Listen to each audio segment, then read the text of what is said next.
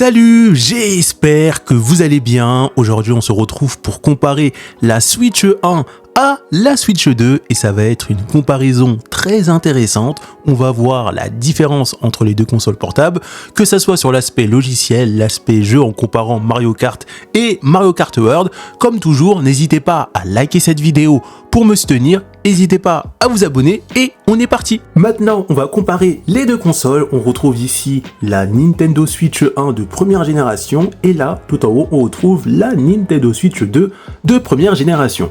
La chose qu'on peut constater, c'est que la Nintendo Switch 2 est beaucoup plus balèze que la Nintendo Switch 1, mais cela étant dit, elle reste plus fin que celle-ci. Parce que si on regarde au niveau de la largeur, regardez, la Nintendo Switch 1 est plus épaisse.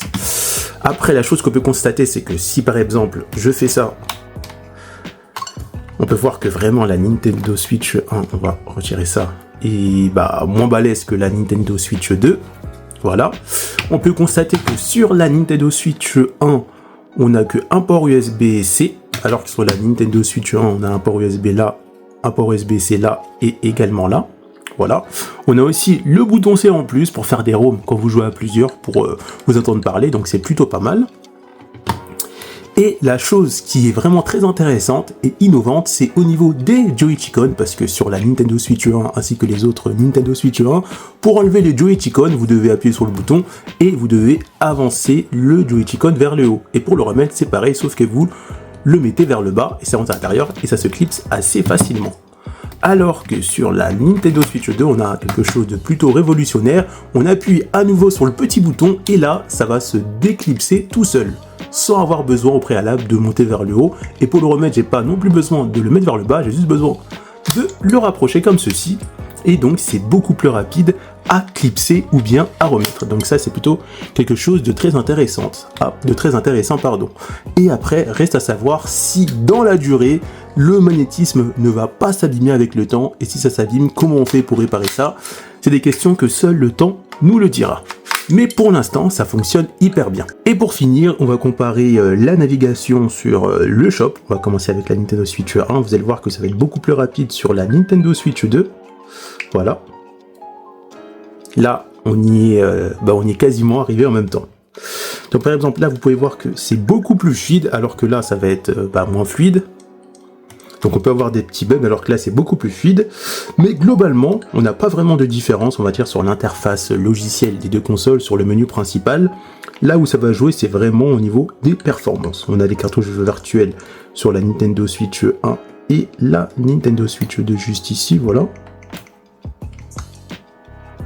Et pour terminer, maintenant, on va comparer des jeux sur la Nintendo Switch 1 et 2, à savoir les jeux phares, Mario Kart World sur la Nintendo Switch 2 et Mario Kart 8 sur la Nintendo Switch 1. Alors maintenant, on va comparer Mario Kart 8 à Mario Kart World et franchement, j'ai entendu beaucoup de choses positives et négatives de ces deux jeux-là, notamment en termes de graphique, de qualité graphique. Certains disent que la différence graphique, elle est pas trop flagrante, d'autres disent carrément que Mario Kart 8 est beaucoup plus beau que Mario Kart World. Donc j'ai entendu un peu tout et n'importe quoi sur internet. Et on va faire le débriefing ensemble. Alors déjà, quand on teste sur l'écran de la console portable, que ce soit la Nintendo Switch 1 ou la Nintendo Switch 2, on commence avec l'écran de la Nintendo Switch 1, les graphismes sur Mario Kart 8 sur un écran donc 720p, donc de la HD. Ce Mario Kart 8 est joli, mais si on passe maintenant sur l'écran de la Switch 2, donc là la console portable a un écran Full HD, HDR, donc là on n'est plus sur de la HD, on est sur de la 1080p, donc de la Full HD. On voit clairement la différence que c'est beaucoup plus beau Mario Kart World sur l'écran de la Nintendo Switch 2 que Mario Kart 8 sur l'écran de la Nintendo Switch 1. Et donc sur internet, on a vraiment tout et n'importe quoi. Maintenant, on passe cette fois-ci en mode écran externe. Donc là, j'ai à la fois connecté ma Switch 1 à la télé et ma Switch 2 à la télé. On commence avec la Switch 1 connectée à la télé. Là, on a une résolution Full HD, donc de la 1080p. C'est la même résolution que l'écran de la console portable de la Nintendo Switch.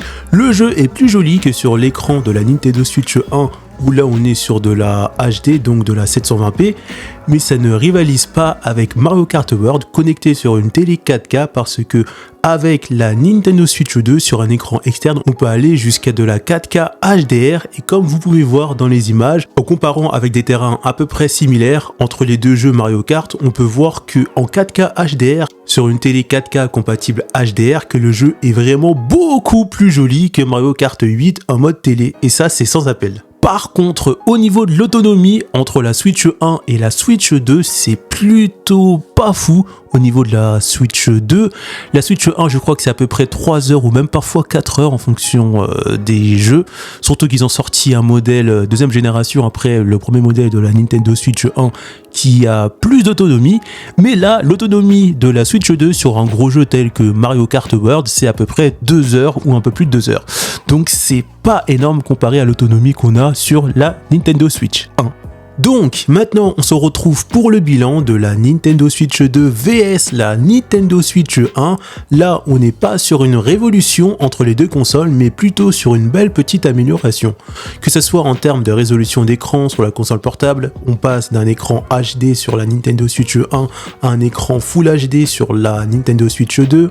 L'écran est plus grand que la Nintendo Switch 1. Sur la Nintendo Switch 2, on retrouve un port USB-C supplémentaire, notamment prévu pour la petite cam. On retrouve aussi des Joy-Con magnétiques, même si ça corrige pas le problème de drift, mais on a maintenant des Joy-Con magnétiques qui se clipsent et se déclipsent beaucoup plus facilement. Et à la télé, quand vous connectez soit la Switch 1 à la Switch 2, on a aussi une amélioration en termes de résolution parce que la Switch 1 pouvait aller au maximum sur la télé en Full HD en termes de résolution, alors que la Nintendo Switch 2 connectée à un écran externe peut aller jusqu'à la 4K HDR, donc c'est quand même une belle amélioration. Pour résumer, la Nintendo Switch 2 est une amélioration à la Nintendo Switch 1, mais peut-être que cette amélioration ne vaut pas forcément plus de 400 € pour acquérir la console seule. On arrive à la fin de cette vidéo, n'hésitez pas à me dire en commentaire ce que vous pensez de ce test, si vous êtes plus ou moins d'accord avec la conclusion, le bilan, n'hésitez pas à vous abonner et on se retrouve pour d'autres vidéos, à plus!